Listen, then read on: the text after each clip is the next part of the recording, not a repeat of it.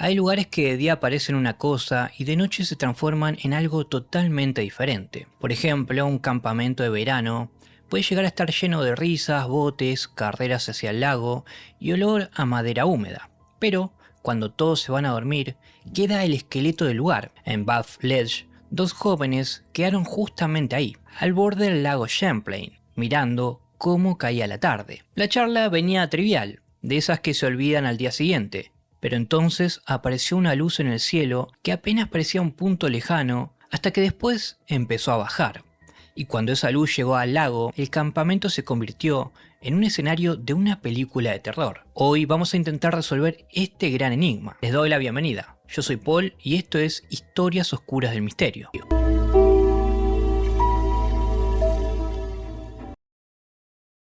Estamos en agosto de 1968, en Bath Ledge, un campamento de verano a orillas del lago Champlain, en Vermont, en Estados Unidos. Durante el día, el lugar tenía el ritmo habitual de un campamento, chicos entrando y saliendo del lago, botes por doquier, monitores jóvenes y juegos. Pero en la noche era una historia completamente distinta. El lugar pasaba a convertirse en casi un desierto. Si bien el campamento no era un lugar aislado del mundo, en la noche realmente se sentía que la civilización estaba a años luz de distancia. El lago dominaba todo. Desde el muelle se podía ver el agua abierta hacia el oeste, las islas y un poco más lejos las montañas Adirondack. Las cabañas y el comedor se encontraban arriba.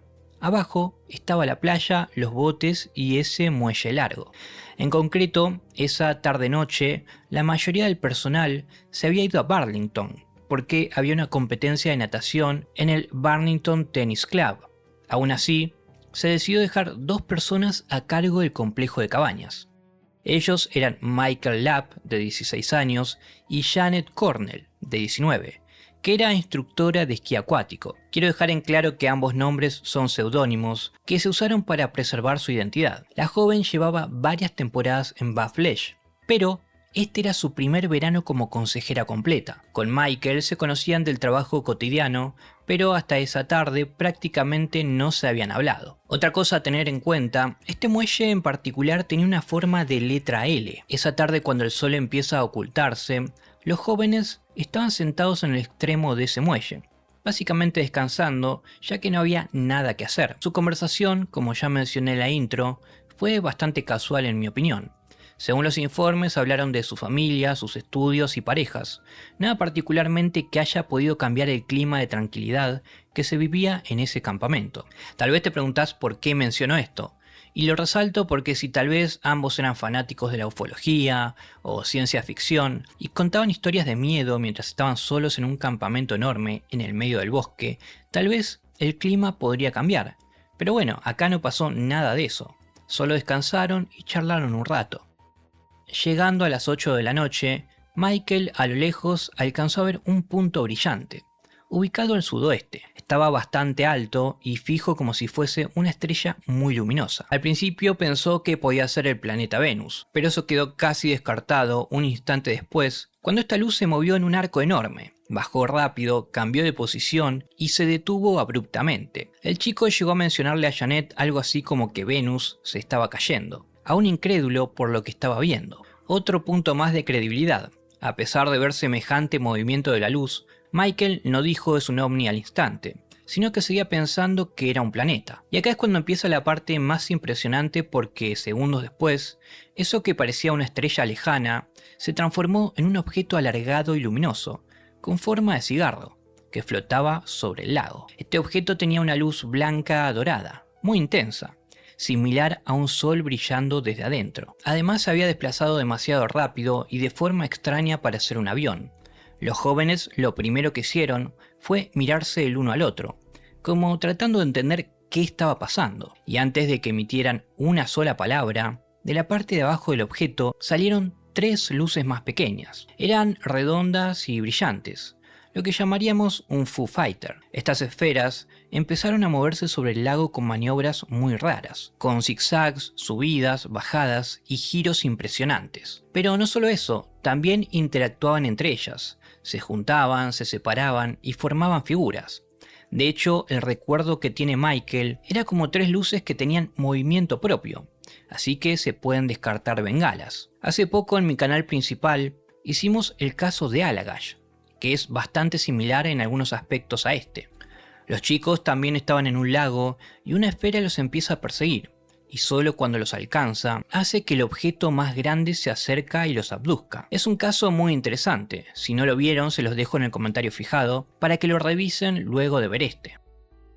Acá en Buff Ledge es algo diferente, porque cuando los Foo Fighters se acercan a los jóvenes, el objeto más grande empieza a alejarse a gran velocidad del lugar.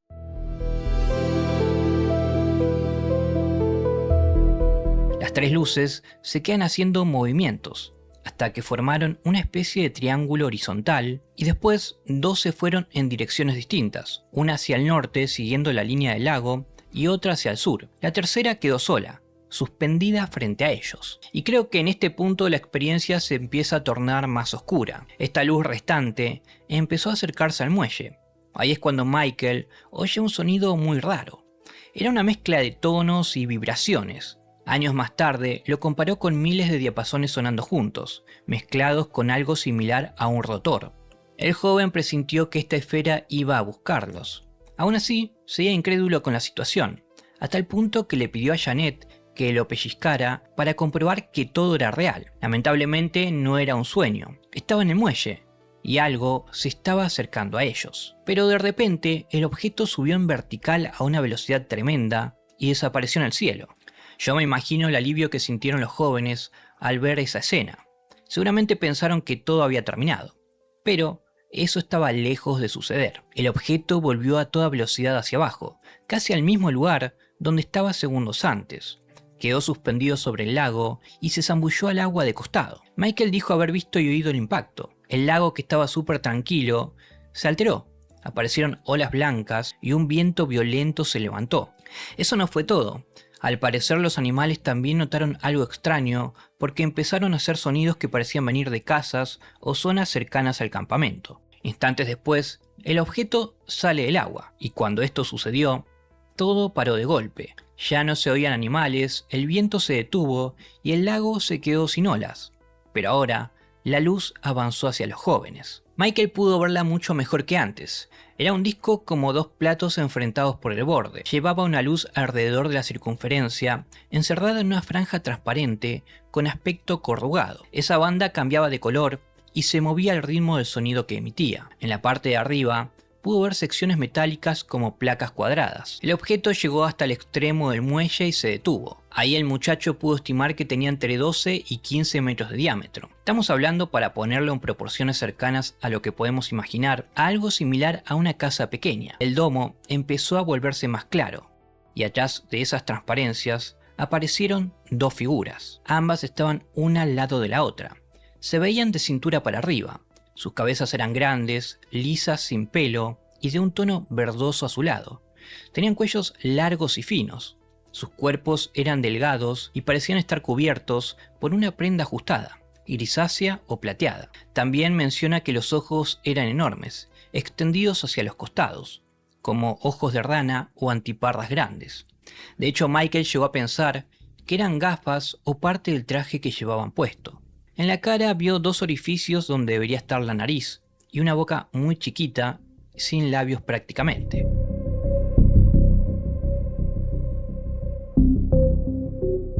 Él describió que tenían movimientos ágiles pero infantiles.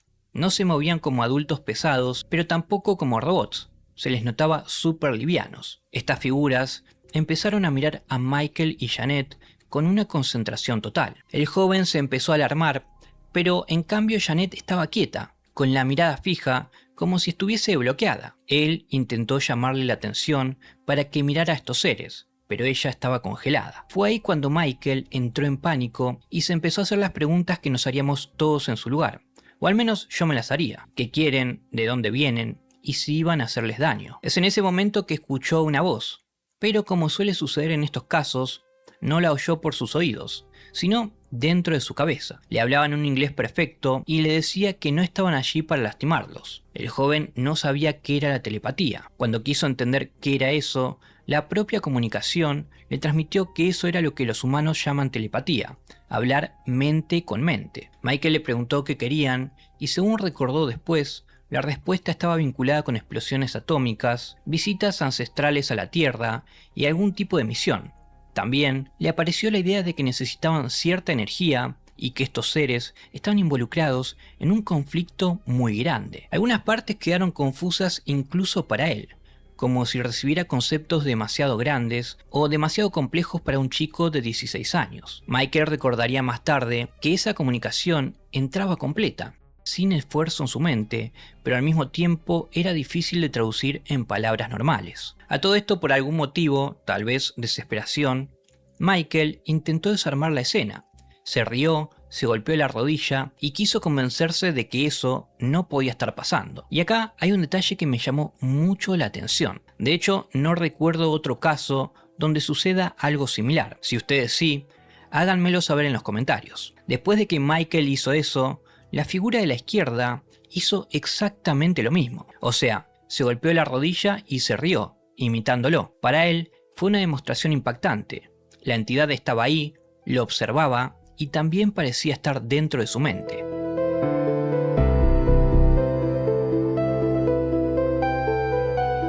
Después de esto no está muy seguro lo que pasó. No sabe si las figuras bajaron o se fueron a la parte de atrás del domo. Pero la conclusión es que estos seres ya no eran visibles. El disco se movió un poco más y quedó directamente sobre el muelle, encima de Michael y Janet. Michael, que al parecer era el que más consciente estaba, pudo notar en ese momento que se encendió un haz de luz blanca desde la parte inferior y esa luz cayó directo sobre ellos. Michael agarró a Janet de los hombros y ambos terminaron tirados en el muelle bajo el rayo. Él quedó con un brazo sobre ella como protegiéndola. El haz no se comportaba como una luz común y corriente. El joven la describió como una masa de luz, algo física y también líquida.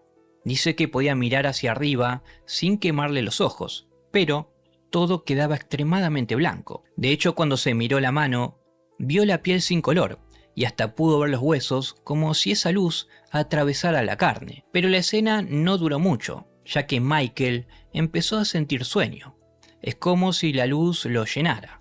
Sintió que flotaba, intentó tocar el muelle y luego a Janet, pero ya no podía. Lo siguiente que recordó conscientemente fue estar otra vez en el muelle, pero ya estaba mucho más oscuro. Janet seguía a su lado, pero aturdida. Michael oía voces conocidas desde arriba, desde la zona del campamento. Eran los chicos y consejeros volviendo de Burlington, después de la competencia. En la parte alta de la barranca aparecieron dos nadadoras adolescentes, Susan Middleton y Barbara Bryant. Según Michael, ellas vieron algo del resplandor y se acercaron al borde. El disco apagó su haz, dirigió destellos rápidos hacia el campamento tipo flashes. La luz barrió las cabañas, árboles, estructuras y gente, como si fuese una especie de escaneo de la zona. Michael y Janet se levantaron con bastante dificultad. La joven decía que tenía mucho sueño. Michael no lo podía creer y le decía que tenía que recordar lo que habían vivido. En la parte de arriba, el campamento volvía a moverse como si nada hubiese pasado. Susan y Bárbara estaban cerca. También apareció Richard Wilde, un asistente de dirección, y les preguntó si les pasaba algo. Michael no dio una explicación concreta.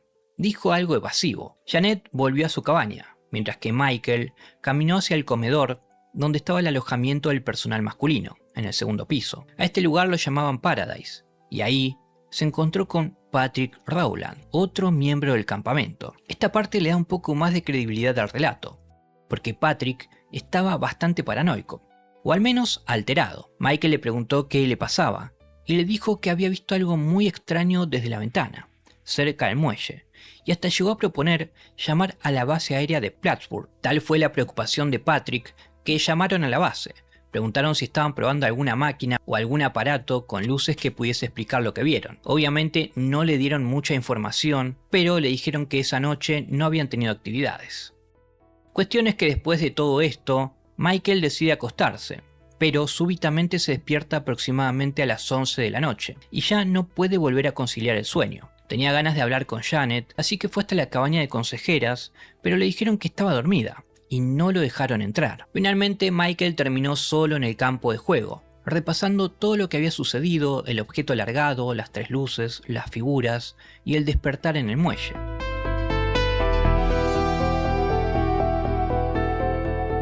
Al otro día, los dos jóvenes se sentaron a reconstruir cada segundo. Janet recordaba luces extrañas y esa sensación de sueño que ya habíamos mencionado antes. Para Michael, le quedaba la impresión de haber visto demasiado y no poder ordenar toda la experiencia. Había un tramo entre la luz y el regreso al muelle que estaba bloqueado de algún modo. Ese mismo día, Michael fue a su casa de Bardington.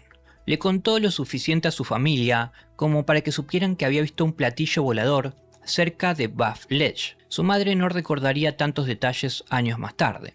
Su hermana sí recordaría que Michael había hablado de una luz o de un objeto acercándose a la costa del campamento. También se lo contó a su novia, y esa conversación salió mal. Ella pensó que tal vez estaba inventando algo para cortar la relación. Esa reacción lo golpeó porque en vez de ayudarlo a ordenar la noche, lo dejó más aislado. Al igual que el caso que les mencioné antes, el de Allagash, con el tiempo quedó enterrado como un encuentro inexplicable y nada más. Janet siguió su vida, pero Michael no volvió de la misma manera. Él empezó a tener sueños raros e imágenes fragmentadas. Recordaba que estaba dentro del objeto, hablando con seres y recibiendo información. Durante casi 10 años no se lo contó a más nadie. Tampoco se le ocurrió hablar con algún investigador de la ufología, pero esto cambiaría en el año 1978. Michael escribió un trabajo universitario sobre la psicología de lo milagroso y lo sobrenatural, usando su propia experiencia como ejemplo, aunque sin revelar todos los detalles. Poco después, leyó un debate sobre ovnis en una revista y encontró el nombre de J. Allen Hynek. Michael lo llamó. Primero habló con Mimi Hynek, la esposa.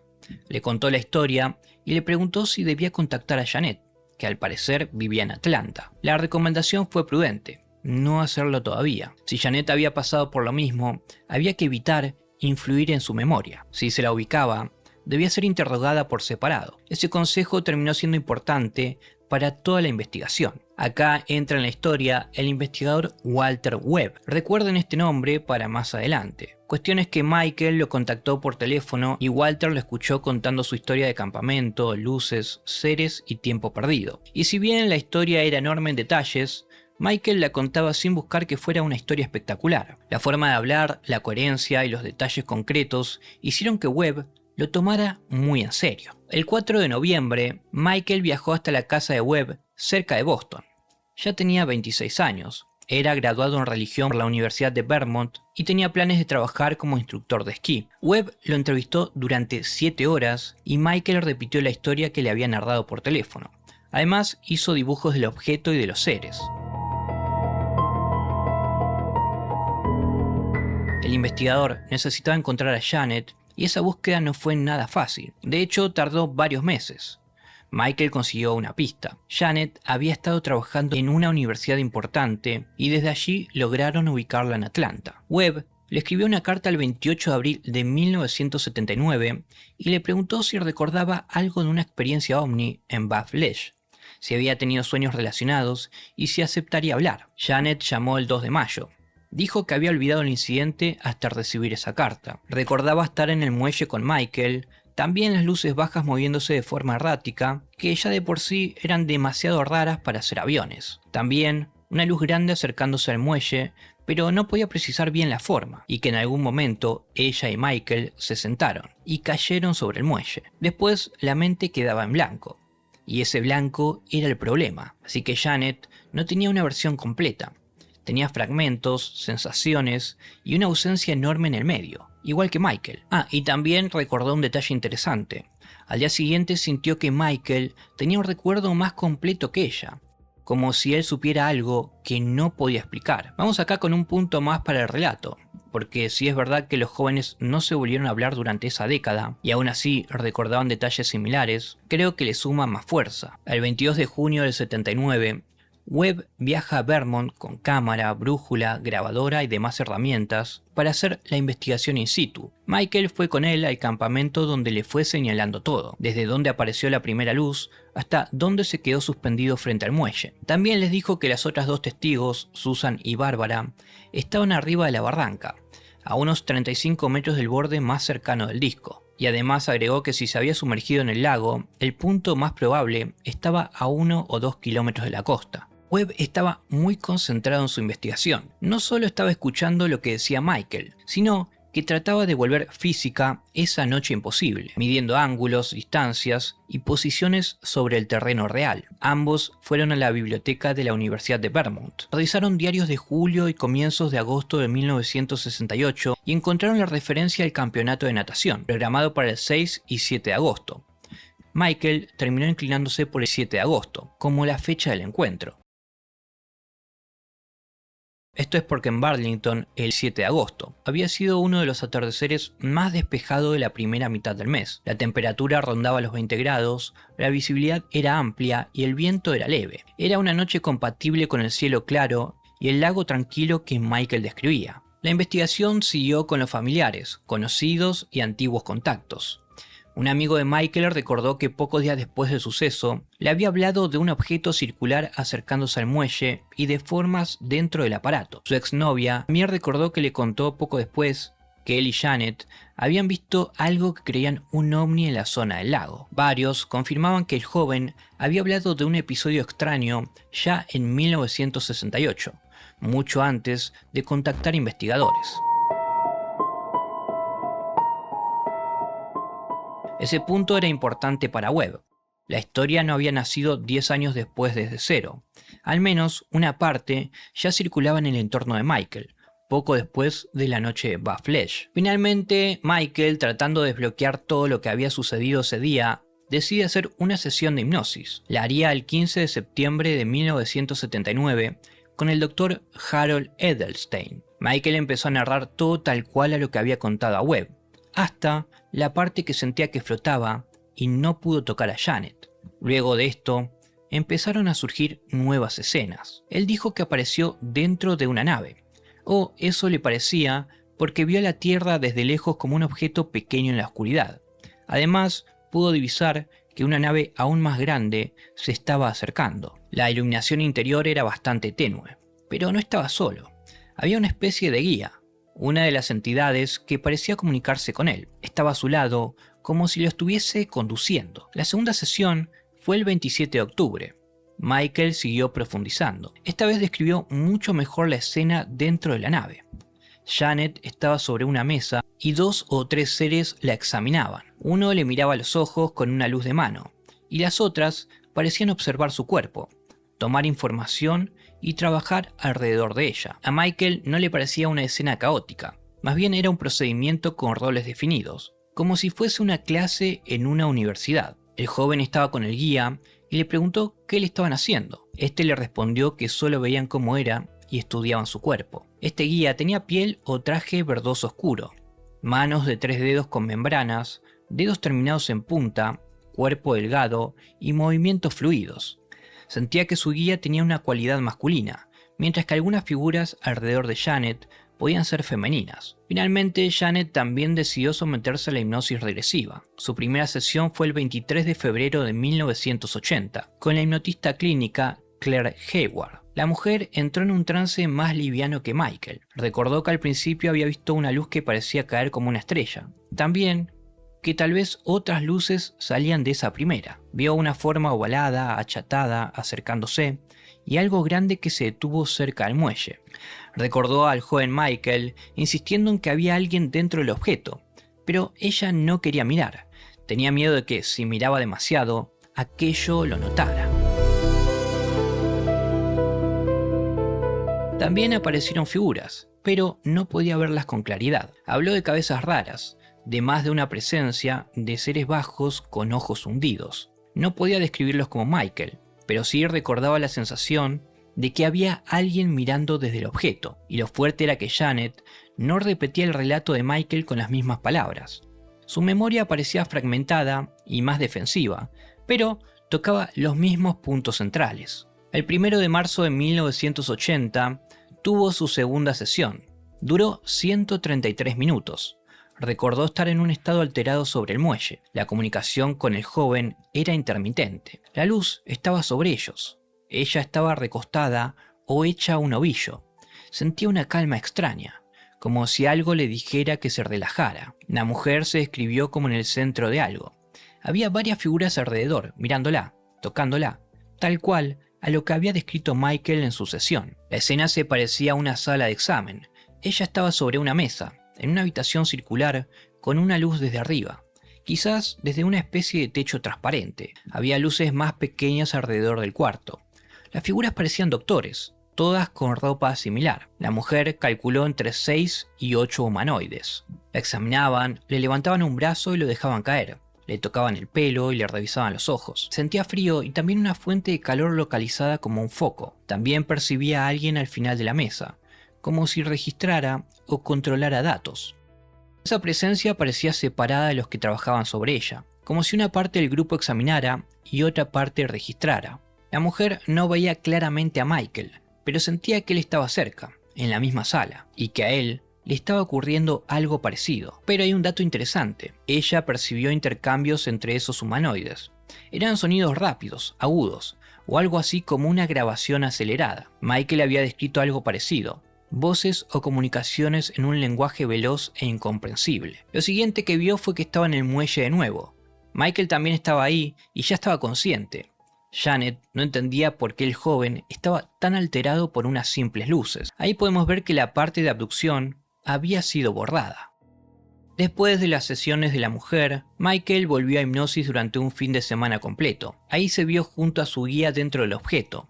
Describió una mesa rectangular con una sola base central, firme pero blanda al mismo tiempo, con luces internas.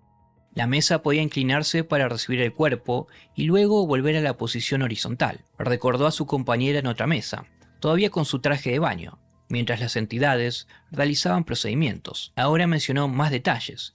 Vio que le hacían raspados en la piel, muestras colocadas en recipientes y una máquina que bajaba del techo con tubos, una luz dirigida a los ojos y un panel grande en la pared donde otra figura parecía observar gráficos, líneas, patrones y luces. ¿Recuerdan que casi al principio del caso les mencioné que el joven dijo que una nave más grande se acercaba donde estaba él?